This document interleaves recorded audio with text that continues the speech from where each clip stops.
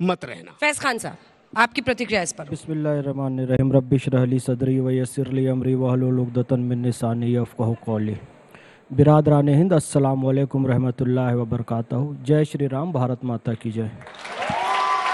अंजना जी, आपका नाम हनुमान जी की माता जी के नाम पर है।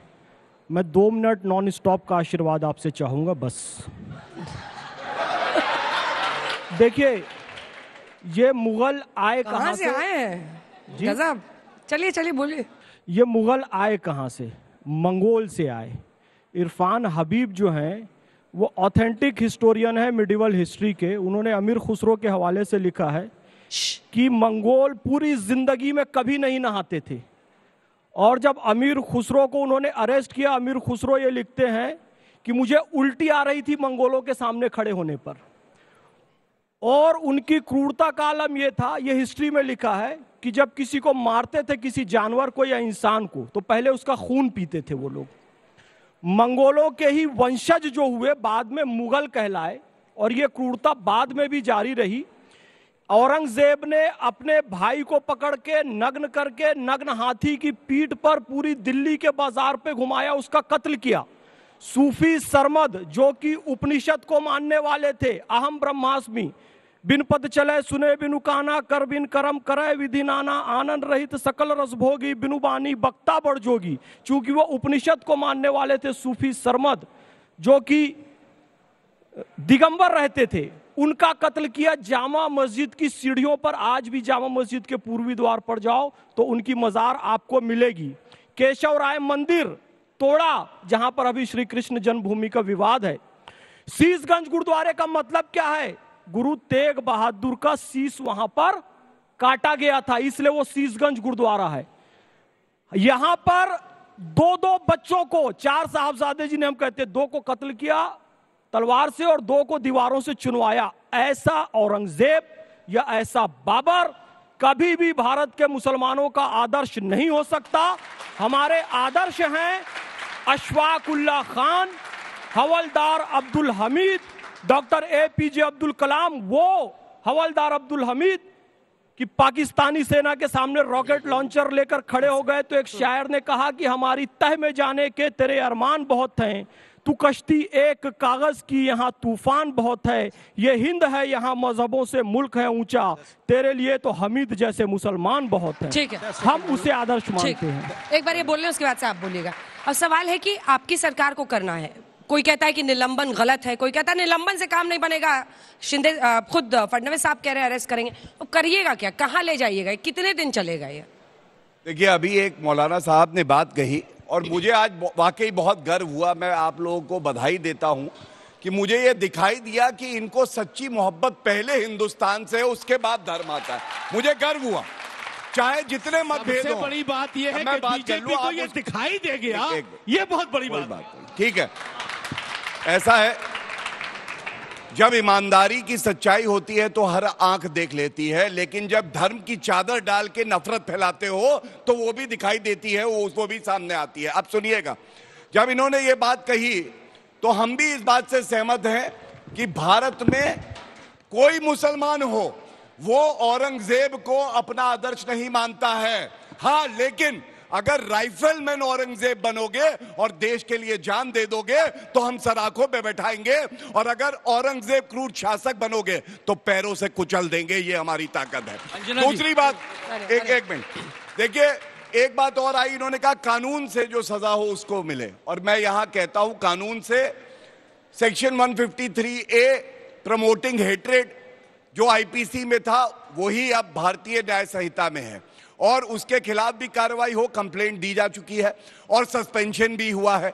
आज उद्धव ठाकरे ने, जो महा विकास अघाड़ी के सदस्य हैं, कहा है कि उनको एक्सपेल करिए। लेकिन आज बात यह है, जब कानून की बात आज करते हैं ना, एक कन्हैया हमारा भाई था उदयपुर में, वो दर्जी था, तब इन्होंने क्या कहा था? गुस्ताखे रसूल की एक ही सजा, सरतन से जुदा, सरतन से जुदा।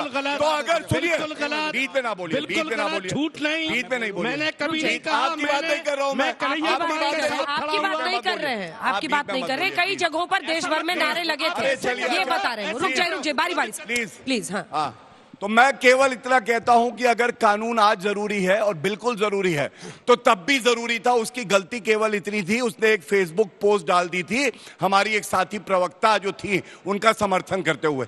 तीसरी बात, आप समाजवादी पार्टी से पूछिएगा देश को कैसे बांट रहे हैं, आप बताइए। अभी इन्होंने कहा कि कुंभ में लाशें बह रही थी, महाकुंभ में 67 करोड़ हिंदू श्रद्धालु जो है डुबकी लगा के आते हैं, अमृत स्नान करते हैं, हमारे लिए गर्व का मामला है, ये कहते हैं लाशें हैं। और अंत करूंगा कह के, जब ये भारत को कहते हैं मुस्लिम इलाका है और हिंदू इलाका है, तो इससे ज्यादा गलत कुछ नहीं हो सकता। ऐसी पार्टी नेस्त नाबूद हो जाएगी, ना साइकिल मिलेगी, ना टायर मिलेगा। अनुराग जी एक जवाब दे दीजिए, उसके बाद मैं आप लोगों के सवाल लूंगी। इसके बाद जल्दी से छोटा जवाब। कहते हैं ना, लश्कर भी तुम्हारा, सरदार भी तुम्हारा, तुम सच को झूठ लिख दो तो अखबार भी तुम्हारा, फरियादी जाए तो जाए कहां, कानून भी तुम्हारा, दरबार भी तुम्हारा, सरकार तुम्हारी है, सरकार तुम्हारी लगे। इस देश के अंदर में कानून है, न्यायपालिका है, पुलिस है, यहाँ पे संविधान है। कोई गलत करेगा तो देश में सजा मिलेगी। लेकिन आप यहाँ पे जो आके नाटक करते हो, अगर किसी ने गलती की सजा देने से किसने रोका है? आप सजा दिलवाइए ना। लेकिन खालिद अनवर का नाम लेने में जीभ कप रही है, पैर कपा रहे हैं, क्यों? सत्ता चली जाएगी। हम बीजेपी की सरकार है केंद्र में और राज्य में, उनसे गुजारिश करते, निवेदन करते हैं कि औरंगिया की जो कब्र छत्रपति संभाजी महाराज नगर में स्थापित है उसे उखाड़कर और अपना अरब सागर में फेंक देना चाहिए। न रहेगी बांस न बजेगी बांसुरी, न रहेगी बांस न बजेगी बांसुरी। बुलडोजर पसंद आने लगा है लगता है आप लोगों को। इंदिरा जी इधर देखिए ना, शर्मा क्यों रहे दुबे जी? इंदिरा जी, मेरा क्वेश्चन ये है कि इस समाजवादी पार्टी के जो मुखिया थे मुलायम सिंह यादव, उन्होंने राम भक्त पे गोली चलवाई। 2015 में अखिलेश यादव ने शंकराचार्य पे लाठीचार्ज करवाया, और आज ये फिर से औरंगजेब का नाम लेकर के हजारों हिंदुओं के, लाखों हिंदुओं के भावनाओं को ठेस पहुंचा रहे हैं। तो क्या? ठीक है, मैं जवाब लूंगी, एक साथ लूंगी, छोटे छोटे। मेरा सवाल समाजवादी पार्टी से, आप ऐसे व्यक्ति को, एक तरफ आप महाकुंभ को खराब कहते हैं, महाकुंभ के बारे में आलोचना करते हैं, और फिर आप ऐसे व्यक्ति को अपना आदर्श मानते हैं जिस व्यक्ति ने मंदिरों को तुड़वाया, देश के मंदिरों को तुड़वाया, अपने पिता को कैद करवाया, उस व्यक्ति को आदर्श मानते क्या? क्या सपा के नेता जय श्री राम यहाँ आके बोलेंगे क्या? वो शौक देखिए, शौक पूरे हैं। आइए जल्दी आइए, नीचे आना पड़ेगा मैडम। मैम, यहाँ पे खड़े सारे नेताओं ने अभी ये कहा कि औरंगजेब खराब है, वो क्रूर थे। तो जब तक हम किताबों में, आज देश का युवा जब तक किताबों में बाबर द ग्रेट पढ़ता रहेगा, तब तक वो बाबर को ग्रेट मानता रहेगा। हमें नहीं पता था मंगोल नहाते नहीं थे। जब तक ये किताबों में नहीं आएगा, जब तक यही बताया जाएगा वे बड़े महान थे, हम कैसे समझेंगे कि वे महान नहीं थे? यहाँ का युवा, अभी मैं कह रही हूँ, आप किसी से भी पूछ लीजिए कि वे 15 ऐसे शासकों के नाम बता दें जो हिंदुस्तानी थे। पृथ्वीराज जी की कैसे हत्या की गई मोहम्मद गौरी के द्वारा, उनकी आंखें निकाल ली गईं। जब तक हम ये किताबों में नहीं पढ़ेंगे, हमको कैसे पता चलेगा? समाजवादी पार्टी के नेताजी ने अभिव्यक्ति की आज़ादी की दुहाई दी, तो मैं इनको याद दिलाना चाहता हूं कि जिस आर्टिकल, संविधान के जिस आर्टिकल में अभिव्यक्ति की आज़ादी दी गई है, उसी में उसके रिस्ट्रिक्शंस भी दिए गए हैं, वो प्लीज पढ़ लीजिएगा। मेरा बीजेपी पार्टी से एक क्वेश्चन है। जब हमारा प्लीज बड़ा अच्छा था। जब ये अबू आजमी के निलंबन की बात करते हैं, तो ये खालिद अनवर की निलंबन की बात क्यों नहीं करते हैं? शाबाश, सही पकड़े हैं। मेरा सवाल आप सभी लोगों से है कि ये बात सिर्फ मुगलों या औरंगजेब की है, इसके पीछे का एजेंडा कुछ और है? जिन लोगों ने प्रभु राम मंदिर के ताल्लुक से जो लफ्ज आपने दोहराए, मैं अपनी जबान से कह भी नहीं सकता हूं, उनको बीजेपी इस वक्त बहुत पसंद आ रही है और बीजेपी को वो बहुत पसंद आ रहे हैं। तो मुझे उधर जाने की ज़रूरत नहीं है, सोशल मीडिया पे चले जाइए, आप सब कुछ मिल जाएगा। दूसरा, अभी गौरव भाटिया साहब ने बड़ी मोहब्बत से प्रयागराज का जिक्र किया कि समाजवादी पार्टी ने ये कमी निकाली। कमी कोई नहीं निकाला। धर्म के मामले में, आस्था के मामले में किसी को कमी नहीं निकालनी चाहिए। लेकिन गौरव जी, जब लोग अपनों की लाशें तलाश करते हैं ना, और उनको गिद्ध जब कहा जाता है, तो तकलीफ होती है। और मैं कुछ नहीं कहना चाहता। देखिए, मैं जवाब नहीं थोड़ा अपनी बारी में, वो बहुत सारे सवाल भी थे। देखिए, सवाल पहले महाकुंभ पे पूछा गया। महाकुंभ के ऊपर मैं आपको बता दूं, ये हमारे आस्था का विषय है, हमारा बहुत पवित्र पर्व है। उस पर हमने सवाल नहीं उठाया। सवाल उठाया जो हमारे 30 श्रद्धालु सनातनी जिनकी मौत हो गई कुचल के, उस पर हमने सवाल पूछा क्या बताइए व्यवस्था क्या थी। 18 लोग जो रेलवे स्टेशन पे कुचल के जिनकी मौत हो गई, जिनके घर में जिनका माँ चला गया, जिसके बाप चले गए, जिसका बेटा चला गया, छोटा बच्चा चला गया, उससे पूछो। हमने उस पर सवाल उठाया। और आपने नहीं, आपने किस पे? महाकुंभ पे बोल दिया। दूसरा, आपने बोला कि अवधेशानंद जी आचार्य जी की बात आपने की, उन्होंने ही कुंभ पे सवाल उठाया था कि ये क्या हो रहा है, जिनको आप कह रहे थे कि हमारे समाजवादी पार्टी सरकार हमने उनका कभी अपमान नहीं किया। उन्होंने कुंभ पे सवाल उठाया कई बार। तीसरी बात आपने बोला यहां आके बोल दो, अरे मैं तो डंके की चोट पे बोलता हूं जय सिया राम। आप भी बोलो जय सिया राम, जय सिया राम। इनसे बुलवा के दिखा दिए जय सिया राम, बुलवाइए बुलवाइए जय सिया राम। एक बार बोल ले, उसके बाद से आपसे जवाब। अंजना जी देखिए, हम सनातनी हैं, हम हिंदू हैं, इसके लिए हमें किसी से सर्टिफिकेट लेने की आवश्यकता नहीं होती है, न तो बीजेपी से और न बाकी अन्य दलों से। हम महाकुंभ भी गए, महाकुंभ में स्नान भी किए, महाकुंभ का जोरदार हमने खूब प्रचार प्रसार भी किया। लेकिन दुख तब होता है जब योगी आदित्यनाथ जी उत्तर प्रदेश के सदन में खड़े होकर ये कहते हैं कि एक नाविक परिवार ने 30 करोड़ कमाए, और बाद में मालूम पड़ता नाविक परिवार नहीं, अपराधी था, कुख्यात अपराधी, उसके ऊपर दुनिया भर के केसेस हैं। तो जब धर्म में आप अपराधियों को घुसाएंगे और उसके बाद उनको रोकेंगे नहीं, उस धर्म का हम वहां पर हमेशा कंट्रोल चाहते हैं कि धर्म हमारी निजी आस्था का विषय है, उसमें राजनीति नहीं होनी चाहिए। गर्व से कहो हम हिंदू हैं, गर्व से कहो हम सनातनी हैं, लेकिन इसका मतलब ये नहीं कि दूसरे जाति धर्मों का हम अपमान भी करेंगे। यहाँ हर जाति धर्म के लोग खड़े हैं, हम सभी का सम्मान करते हैं। आनंद दुबे, आनंद जी, कम से कम आप देशद्रोही होने से बच गए। को आप पाकिस्तान भेजने लगते हैं, क्या हिंदुस्तान में कानून नहीं है? क्या कम से कम देशद्रोही होने से बच गए। पाकिस्तान जाएगा, आप लोग नहीं भेजोगे, हम लोग चंदा लगा के भेजेंगे, भारतीय जनता पार्टी के नेता ने बताया 1-1 रुपया जोड़ेंगे, लेकिन औरंगिया के समर्थकों को पाकिस्तान चुने हुए विधायक है, आप कैसे भेजेंगे? कैसे भेजेंगे? अरे सरकार से निवेदन भेजेंगे, सागर में डालेंगे, आंदोलन करेंगे, जनता का सपोर्ट, जनता के सपोर्ट से भेजेंगे। आप लोग बताइए आनंद जी, जब आप भेजने लगे तो उसकी अटैची हम बॉर्डर तक छोड़ के आएंगे, आप करिए तो कब करना है? खालिद अनवर के सस्पेंशन पर एक बच्ची का सवाल था। खालिद अनवर जेडीयू आपके साथी का एमएलसी है, उसका सस्पेंशन क्यों नहीं? अगर वो औरंगजेब फैन है, पाकिस्तान हो गया। सवाल का जवाब उन्होंने पाकिस्तान नहीं बोला है, बीजेपी वाले ने। आ जाइए, आप आ जाइए, समर्थन चली जाती हूँ, इतना तो please wait for your turn sir. देखिए, यही आप लोगों की और हिंदुत्व की ताकत है, जिन्होंने कार सेवकों पे गोली चलाई, आज जय श्री राम बोल रहे हैं और आगे भी बोलेंगे। हाँ बोलो, बीच में नहीं। अंजना जी सॉरी टू से, ये तरीका ठीक नहीं है। क्या है भाई? अरे मेरे बीच में बोला था तरीका ठीक था, मैंने टोक दिया, तरीका खराब हो गया, कमाल गए। मेरे बीच में नहीं बोला था, बोल दो सामने देख के बोलिए, सामने देख। मेरे बीच में बोलेंगे तरीका, सड़क पे थोड़ी खड़े हैं हम लोग। हाँ, तो मेरे बीच सामने कैमरा उधर है। अब एक हमारी यहाँ साथी हैं बडिंग लॉयर, उन्होंने एक बहुत अच्छी बात कही। उन्होंने कहा कि सही इतिहास जनता को पढ़ने के लिए मिलना चाहिए। मैं आपको जानकारी दे रहा हूं, नरेंद्र मोदी जी प्रधानमंत्री बने, हमने गुरु तेग बहादुर, गुरु गोविंद सिंह जी, इनके चैप्टर हिस्ट्री, इनका बलिदान लाए, और मुगल का जो चैप्टर था हटाया। सबसे ज्यादा दर्द किसको हुआ मालूम है? अखिलेश यादव और समाजवादी पार्टी और कांग्रेस पार्टी को। दूसरी बात, इन्होंने कहा खालिद अनवर का निलंबन होना चाहिए। ये बात क्यों नहीं कह रहे भाजपा प्रवक्ता? असूल होते हैं, आदर्श होते हैं। बहुत अच्छी बात कही थी मेरे साथी आनंद जी ने भी। इन्होंने कहा कि भैया चुनाव आते जाते रहेंगे, हमारा कोई आदर्श है तो है, और अगर अनवर ने गलत बात कही है तो जो अबू आजमी के साथ सजा हो रही है वही उनके साथ होनी चाहिए। सत्ता का डर है, सत्ता का डर के मारे अगर इसकी बात आ रही है सर।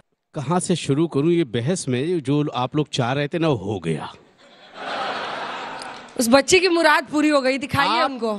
जेडीयू चाह रही थी। भारतीय जनता पार्टी के प्रवक्ता बहुत अच्छे वकील भी है, आदमी भी अच्छे हैं, बार बार गुरु गोविंद सिंह का तस्करा कर रहे हैं।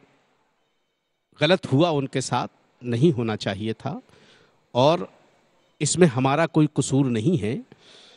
लेकिन मैं एक बात इनसे बता दूं कि चाहे जितना नाम लीजिए, अभी पंजाब में आपको कुछ मिलने वाला नहीं है, थोड़ा सा भी इंतजार करना पड़ेगा। इसमें छत्रपति शिवाजी महाराज कहाँ पंजाब आ गए? बताइए मुझे। बेकार की राजनीति ले आए ना। छत्रपति शिवाजी महाराज गुरु गोविंद की बात की, इसी तरह गुरु गोविंद सिंह जी पूरे भारत के, और आपको जलन होती है क्योंकि आप उनको अपना आदर्श नहीं मान सकते। बीजेपी मुगलों के पीछे छुप रही है। बिल्कुल सही है, बिल्कुल सही। बाप देखिए, इतनी बड़ी जनता, सब दानिश्वर लोग, मुगलों की इतनी औकात नहीं है कि बीजेपी का कल छुपा सके, समझ लो। मुगलों के मौलाना पीछे साहब, मुगलों को फूंक देंगे तो उड़ जाएंगे। ऑडियो जा रहा है, बोलिए। मुगलों के पीछे नहीं छुप रहे ना। अरे मुगलों की क्या हैसियत है? तो एक बात मौलाना साहब, चलते हैं मुगलों को, बेकार की बातें कर रहे हैं। योगी जी लेते हैं कि अंसार रजा? क्यों नहीं लेंगे? सबसे अपमान करोगे अगर हमारे बाबर की क्या हैसियत, क्या हैसियत बाबर की? बाबर बाबर बाबर बाबरी मस्जिद के बारे में तो ये बोलते हैं, हम कहते हैं योगी आदित्यनाथ दे बाबर दे बाबर, बगैर बाबर के सत्ता नहीं हासिल हो सकती। बहुत बहुत धन्यवाद। ये इस बच्चे के सवाल का जवाब मैं दूंगा सबसे पहले उसने, और ये बच्ची ने जो सवाल किया था, क्योंकि एकेडमिक्स का सवाल है। तो बेटा, जहाँ तक राम मंदिर की बात है, हम प्रगतिशील मुसलमानों का, राष्ट्रवादी मुसलमानों का ये मानना है कि 5000 मंदिर तोड़े गए ऐसा कहा जाता है। कम से कम 3 स्थान मुसलमानों को स्वेच्छा से वापस कर देने चाहिए। अयोध्या का कर दिया गया है, काशी और मथुरा का भी आपस में बैठकर सर ये दे फैसला देना आप चाहिए। नहीं करेंगे, ये आप नहीं करेंगे। बाकी विघ्न संतोषी को, बाकी ये देश को आलमगिरी में, आलमगिरी जो कि औरंगजेब के, एक सेकंड सुनिए सुनिए, आपके समय में मैंने नहीं बोला था ना हजरत? हाँ बिल्कुल, नाराज हो गए एकदम तुरंत। तू आ गया अब अच्छा बोला वो उनकी आजादी है उनको बोलने की, ऐसा थोड़ी कि आप उन पर हमला कर बच्चे ने जो सवाल किया उसका बेटा मैंने जवाब दिया। अच्छे मुसलमान, राष्ट्रवादी मुसलमान इस बात के पक्ष में है। कम से कम 2 स्थान और अंजना जी अब इस बच्ची ने जो कहा कि मंगोल कभी नहाते नहीं थे, ये अभी तक किसी कोर्स की बुक में आया ही नहीं। तो ये कैम्ब्रिज स्कूल के स्कॉलर्स, लेफ्ट के स्कॉलर जो सारी बुक लिख रहे थे ना, इरफान हबीब भी लेफ्ट के हैं, उन्होंने बड़े लहजा संभाल के लिखा है कि मंगोल कभी नहाते नहीं थे। वो बच्ची पूछ रही है अकबर द ग्रेट पढ़ाते हैं, लेकिन अकबर ने राजस्थान में हिंदू राजाओं के साथ क्या किया ये कोई नहीं पढ़ाता। फिर मैंने ये सवाल है उनका। फिर मैंने BHU के प्रोफेसर राजीव श्रीवास्तव जी से बात की। उन्होंने सारे फैक्ट मुझे बताए कि मंगोल ऐसे थे, उनकी औलादे मुगल। अकबर ऐसा था जो कि 5000 कहने को रानियां रखा था हरम में, पर किसी से निकाह किया था नहीं किया था इसको कोई प्रमाण नहीं है। तो जो कह रहे हैं ना कि वो बलात्कारी था या ये था, उसे एक अच्छे शब्दों में समझना चाहिए कि 5000 से टेक्निकली विवाह करना संभव नहीं है, तो वो किस कैटेगरी में आएगा समझिए। इस फैक्ट को सामने लाना चाहिए। उसके लिए बेटा अच्छे लोगों के साथ बैठो, अच्छी पुस्तकें पढ़ो। जैसे मैं BHU के प्रोफेसर के साथ बैठता हूँ, दूसरे प्रोफेसर के साथ बैठता हूँ, जामिया में बैठता हूँ, MU में बैठता हूँ, आपके दिल्ली यूनिवर्सिटी में बैठता हूं। अच्छे लोगों से बात करो, लाइब्रेरी जाओ, शिलालेख देखो, नेशनल म्यूजियम है इंडिया गेट के पास, आप वहां जाओ। किसी स्थान पे जाते हो तो वहां क्या लिखा हुआ पुराना वो पढ़ो, तब ओरिजिनल हिस्ट्री आपको पता चलेगी। नहीं तो ये कैम्ब्रिज और फिर व्हाट्सएप के चक्कर में गड़बड़ हो जाएगा। मौलाना अंसार रजा साहब, आप इसका भी जवाब दीजिएगा, लेकिन मेरा भी एक प्रश्न है आपसे। आप बार बार पूछते हैं कि इसके पीछे बीजेपी छिपती है, इसके पीछे जो भक्तगण है वो छिपते हैं, लेकिन एक प्रश्न है आपसे। आप बार बार कहते हैं औरंगजेब की क्या हैसियत है। औरंगजेब की किताब कोई और नहीं कह रहा है, ना बीजेपी कह रही है ना कांग्रेस कह रही है, औरंगजेब के वक्त की आलमगीरी किताब में कोर्ट की तरफ से लिखा गया है बाकायदा डेट के साथ कि काशी विश्वनाथ मंदिर का विध्वंस कब हुआ, ये उसमें बाकायदा लिखा हुआ है और उसी वक्त का है जब औरंगजेब राजा था। ऐसे में हैसियत तो उसकी इस देश में है, क्योंकि औरंगजेब रोड इसी दिल्ली में है जो इस देश की राजधानी है। औरंगजेब को लेकर आज भी कई लोग उनकी मजार पर जाते हैं, तो कुछ तो वजह है ना, उसको आप कैसे नकार दीजिएगा और बहस क्यों ना हो इस पर? नहीं, कि ये सही है या गलत है? बिल्कुल आप बहस कीजिए, हम बहस से इनकार नहीं कर रहे हैं। आलमगीर में क्या लिखा है, बाबरनामे में क्या लिखा है और आईने अकबरी में क्या लिखा है। हमारा मुल्क आईने अकबरी और बाबरनामा से नहीं, हिंदुस्तान के संविधान से। हिस्ट्री तो जानेंगे ना, कैसी बात करते हैं? हिस्ट्री जानेंगे, अगर हिस्ट्री जानेंगे तो फिर नाम क्यों मिटा रहे हैं? फिर नाम क्यों मिटा रहे हैं जब हिस्ट्री जानना है तो? बिल्कुल सब हिस्ट्री पढ़नी पड़ेगी। फिर नाम क्यों मिटाए जा रहे हैं? पहले लिखा है आने वाली नस्लों को पढ़ने। अरे महिमा मंडन मिटाया जा रहा है। भाई साहब पूरा कर ले, 2 लाइन में पूरा कर ले फिर आप। दूसरी चीज, इन्होंने जो 2-3 चीजों का जिक्र किया है, मंगोल नहाते थे, खून पीते थे, क्या खाते थे। खून वाला तो अरे अभी भाई आपने बताया। भारत के मुसलमानों से उसका क्या लेना देना यार, वो क्या खाते थे क्या पीते थे। तो उनको अपना आदर्श मानते हो, इसलिए कहना जरूरी है। कहा जा रहा है, औरंगजेब कहा जा रहा है, चंगेज का हलाकू और तैमूर के नाम से अभी भी अपने बच्चों का नाम रखा जा रहा है, इसलिए कहना यहाँ पर हिस्ट्री से मिटाया नहीं जा रहा है। उनको जो ग्रेट कहा जा रहा है ना, मौलाना साहब कहा जा रहा है। 2 मिनट। मौलाना साहब हम मौलाना साहब हम राजनीतिक लोग हैं, हम राजनीति करते हैं। बीजेपी को घेरना होगा आर्थिक नीतियों पे घेरेंगे, सामाजिक नीतियों पे घेरेंगे, जो उनकी कुनीतियां उसकी आलोचना करेंगे। लेकिन हाथ जोड़ के प्रार्थना है कि बीजेपी को घेरने के लिए मुगलों को आगे मत कीजिए। मुगलों को नस्तो नाबूद करने की आज आवश्यकता है सामूहिक रूप से। अगर हम सब राष्ट्रवादी हैं, हम सब देशभक्त हैं, तो मुगलों का सामूहिक बहिष्कार होना चाहिए कि नहीं होना चाहिए?